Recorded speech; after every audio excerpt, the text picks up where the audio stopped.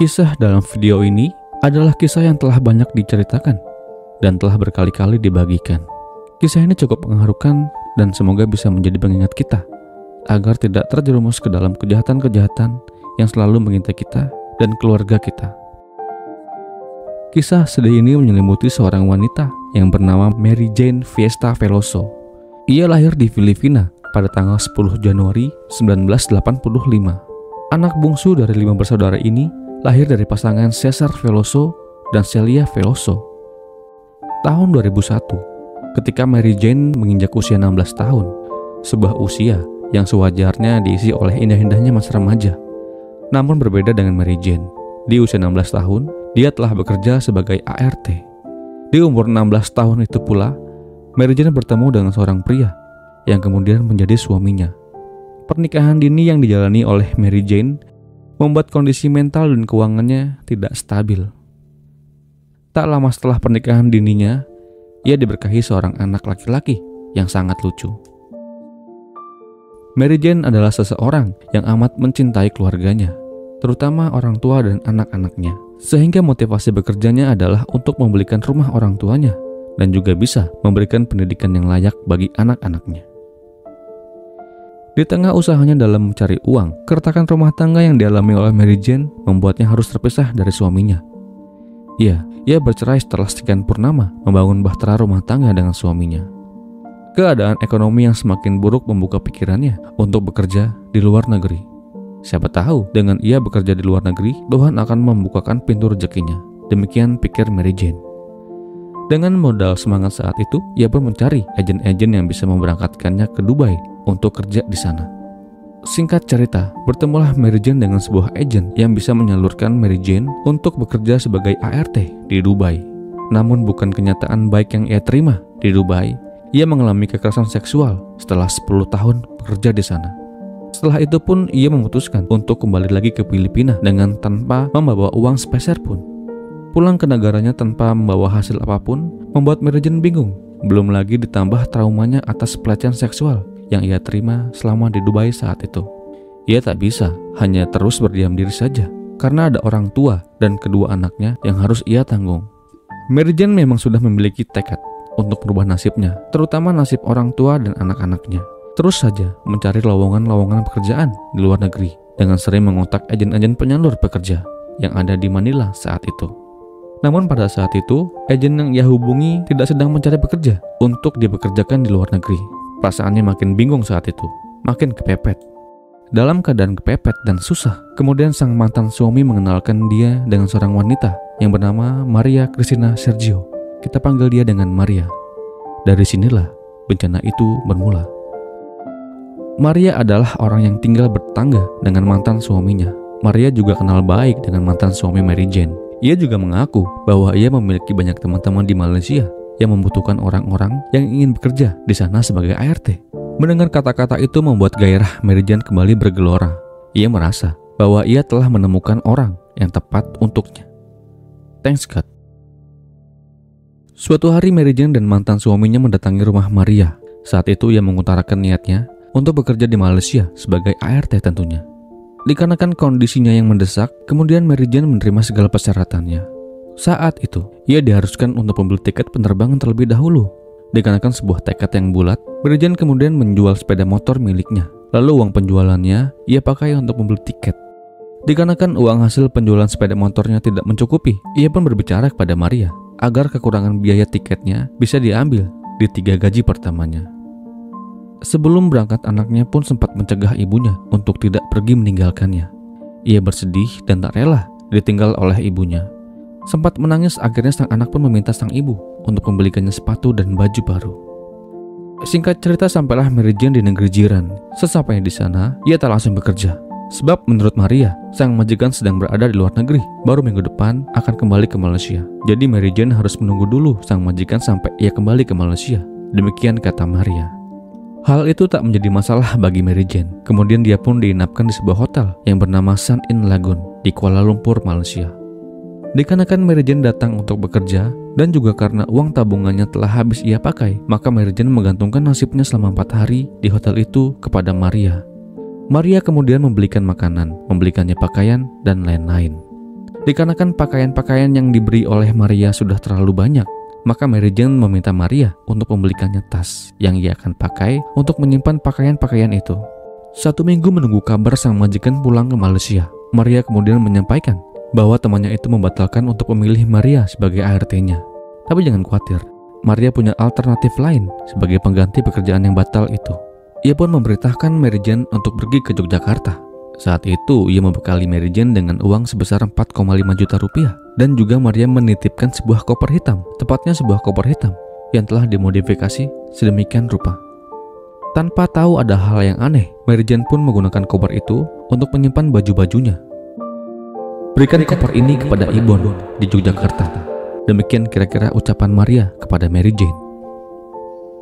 25 April tahun 2010, singkat cerita sampailah Mary Jane di Bandara Internasional Adi Sucipto, Yogyakarta. Seperti biasa, barang-barang bawaan penumpang internasional sebelum keluar dari bandara wajib hukumnya untuk diperiksa oleh pihak imigrasi bandara. Tiba giliran barang Mary Jane yang memasuki pemeriksaan X-ray. Petugas-petugas imigrasi bandara kemudian saling bertatap dengan muka keheranan sambil sekali lagi melihat pemandangan yang agak tak lazim yang terdeteksi oleh X-ray itu. Saat itu petugas imigrasi mendeteksi bahwa ada barang-barang yang tak lazim dalam koper yang dibawa oleh Mary Jane.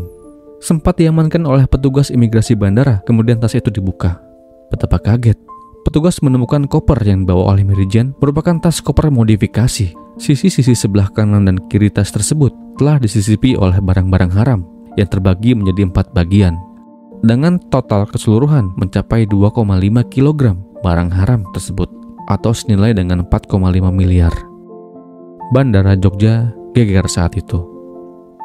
Barang haram yang dibawa oleh Mary Jane adalah jenis barang haram yang sangat dilarang peredarannya oleh pihak-pihak yang berwenang di Indonesia.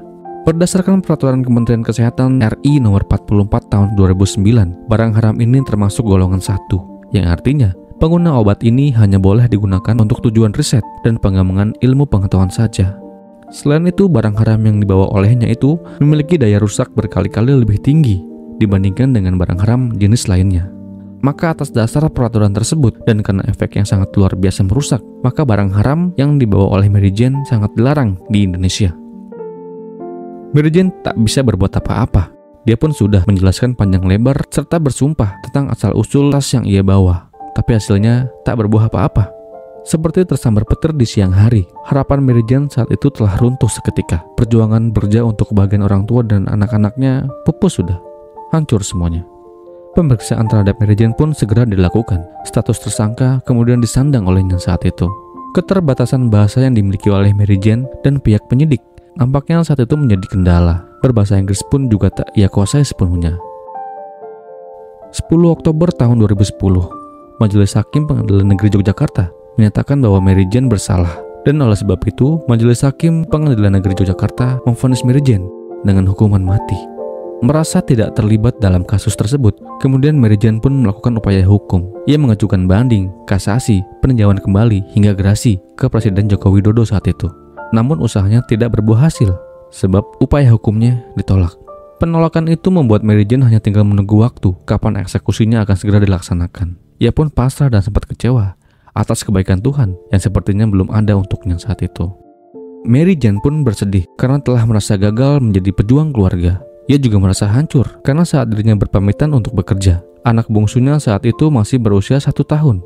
Sehingga ia tak bisa melihat perkembangannya. Ia juga tak bisa mengajari anak-anaknya berjalan, membaca, dan mengantarkannya ke sekolah. Karena semua waktu akan dihabiskannya dalam kokohnya tembok penjara, sembari menunggu jadwal regu tembak yang akan mengarahkan pelurunya tepat ke jantungnya. Keadaan depresi semacam itu Mary Jane alami. Ia pun sempat memutuskan untuk bundir, namun ia pun mengurungkan niatnya saat itu. 5 tahun setelah vonis tersebut, tepatnya tanggal 28 April tahun 2015, pukul 23.30 waktu Indonesia Barat, tibalah saatnya para terpidana mati yang berjumlah 9 orang bersiap untuk posisi masing-masing di ruang isolasi. Dari ke-9 terpidana mati itu, salah satunya adalah Mary Jane Fiesta Veloso. Satu persatu terpidana mati menunggu gilirannya untuk dipanggil menuju lapangan tembak Limus Buntu di Nusa Kambangan. 9 mobil ambulan juga telah bersiap untuk membawa terpidana mati yang telah selesai menjalani hukuman tembaknya. Tibalah saatnya Mary Jane keluar dari ruang isolasi. Ia berjalan menuju lapangan tembak limus buntu. Belum sampai ia menuju lapangan tembak itu, salah seorang sipir pun kemudian memanggilnya dan membisikkan, "Mary Jane, eksekusi kamu ditunda." Merinding, itulah hal pertama yang Mary Jane rasakan. Tangisnya pecah saat itu. Kegembiraannya pun juga memuncah. Perasaan sedih dan senang bercampur aduk menjadi satu. Para sipir yang tahu akan hal tersebut kemudian bertepuk tangan atas penundaan hukuman mati tersebut. Karena menurut Romo atau pastor yang mendampingi Mary Jane, tahu Mary Jane adalah orang baik. Tak lama setelah itu 8 desingan peluru pun terdengar dari arah lapangan tembak Nusa Kambangan tersebut. Yang artinya 8 terpidana mati telah menjalani hukumannya. Suara raungan ambulan pun tak lama terdengar saling bersautan. Mary Jane selamat dari kematiannya di malam itu. Lalu kenapa hukuman Mary Jane ditunda? Siapakah orang di balik penundaan hukuman tersebut? Presiden Joko Widodo adalah orang di balik penundaan hukuman tersebut. Sebuah proses hukum di negara asal Mary Jane tengah dijalani. Saat itu tanggal 28 April tahun 2015, Maria menyerahkan diri. Dan pihak yang berwenang di Filipina membutuhkan kesaksian Mary Jane dalam proses hukum tersebut. Saat itu Maria mengaku bahwa ia terlibat sindikat perdagangan barang haram internasional dan memperalat Mary Jane sebagai kurir barang-barang haram tersebut. Hari-harinya kembali ia jalani dari balik jeruji besi, dari lapas Nusa Kambangan, kemudian ia pun kembali ke lapas Yogyakarta. Namun, hingga saat ini nasib Mary Jane masih menggantung. Entah bagaimana kelanjutan proses hukum yang ia jalani saat ini. Tidak ada kejelasan tentang nasib ia di masa depan. Entahlah. Saat ini telah banyak hal yang telah dijalani oleh Mary Jane. Ia bisa berbahasa, ia bisa membatik, memasak, dan lain-lain. Sejenak hukuman mati yang masih menghantuinya, ia lupakan untuk sementara waktu.